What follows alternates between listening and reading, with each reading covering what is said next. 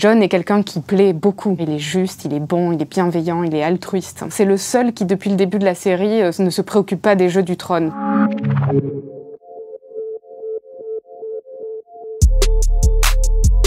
Quand on le rencontre, il est le bâtard de Winterfell. Catelyn Stark, la femme de Ned, du coup, déteste cet enfant qu'elle prend pour l'enfant de l'adultère de Ned Stark. Alors Jon Snow va prendre le noir, il va rejoindre la garde de nuit et il va se distinguer auprès de tous ceux qui vont croiser sa route. Stannis Baratheon va reconnaître sa valeur, mais aussi Lord Mormont, mais aussi Mance Rayder, le roi au-delà du mur, bien sûr Ygritte la sauvageonne, mais même la sorcière rouge Mélisandre, Tormund et Sam, bien sûr Sam Tarly. He's the commander we turned to when the night was darkest. Jon est quelqu'un qui plaît beaucoup parce qu'il a des valeurs extraordinaires, il est juste, il est bon, il est bienveillant, il est altruiste. Malgré tout ça, il va se faire poignarder par ses frères de la garde de nuit parce qu'il a laissé les sauvageons franchir le mur. Il va ressusciter, tel un Christ du Nord. Sa seule guerre à lui, on peut dire, aura été envers les morts. C'est le seul qui, depuis le début de la série, ne se préoccupe pas des jeux du trône. Pour lui, la seule guerre, la seule qui compte, c'est celle face à l'armée des morts. There is only one war that matters. The Great War. En tout cas, nous avons appris depuis qui est véritablement Jon. Lui, il ne le sait pas, mais nous le savons. Il est Aegon Targaryen, fils de Rhaegar Targaryen et de Lyanna Stark, la sœur de Ned Stark. Et ce qui fait de lui l'héritier légitime du trône de fer, car Sam Tarly le sait, Rhaegar avait épousé Lyanna Stark. Et Rhaegar était l'héritier du roi fou, donc Jon est l'héritier du trône de fer.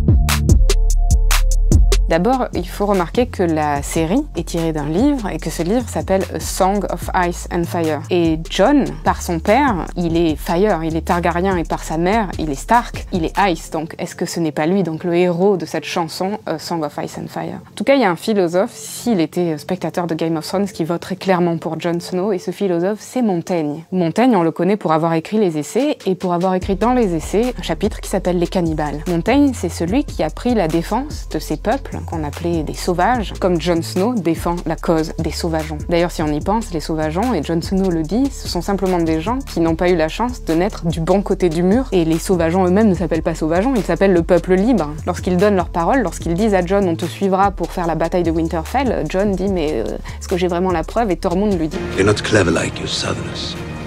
We say we'll do something.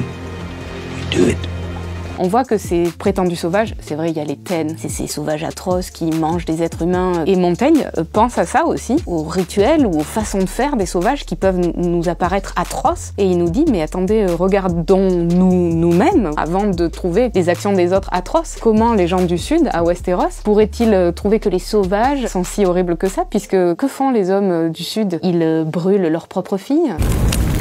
Ils décapitent des gens bien vivants, comme Ned Stark. Donc en fait, les sauvages, ça n'existe pas. C'est ce que dit Montaigne et c'est ce que pense Jon Snow lorsqu'il leur permet de franchir le mur. En même temps, c'est pas gagné que ça soit Jon qui monte sur le trône parce que Jon lui-même le dit, il n'a jamais voulu la moindre couronne. Daenerys lui dit à un moment donné, on aime tous ce pourquoi on est bon. Et Jon lui dit, ben moi pas du tout. Et en l'occurrence, Jon est bon pour le combat et il est bon pour gouverner. Et il dit qu'il aime pas ça, clairement. Et par ailleurs, il a prêté allégeance à Daenerys et non pas parce qu'elle est Daenerys Targaryen, mais parce qu'il a reconnu sa valeur. Et je crois pas que apprendre qu'il est plus légitime qu'elle en termes de titre fasse qu'il renonce à sa thèse selon laquelle ce n'est pas la naissance qui fonde le droit au trône, mais c'est plutôt la valeur d'une personne. Si c'était Jon Snow qui montait sur le trône de fer, on pourrait dire que ça serait une très très bonne nouvelle pour les 7 royaumes. Parce que Jon Snow, c'est quelqu'un qui, on le voit, est capable de donner sa vie pour épargner celle de ses hommes, celle de son peuple. There's no need for a battle. Only one of us. Let's end this the old way. You against me. C'est quelqu'un d'extrêmement courageux qui est capable d'aller négocier avec Mance Rayder au-delà du mur sans être armé. Il est capable d'aller voir Daenerys Targaryen alors que tout le monde le lui déconseille. Donc c'est quelqu'un qui prend des risques, hein. C'est quelqu'un qui pense aux autres, c'est quelqu'un qui protège les faibles. On le voit quand il est à la garde de nuit et qu'il protège Sam Tarly, des frères de la garde de nuit qui voulaient se moquer de lui parce qu'il ne sait pas se battre. Et c'est aussi quelqu'un qui est capable, et c'est peut-être la chose la plus difficile quand on gouverne, d'être ferme quand il faut. On le voit quand il devient Lord Commander de la garde de nuit. 2 fois, il exécute ses hommes. Une première fois parce qu'ils l'ont poignardé et la deuxième parce que l'un des hommes l'a défié devant tous les frères de la garde de nuit. Donc Jon est à la fois ferme et bienveillant, ça serait un excellent roi.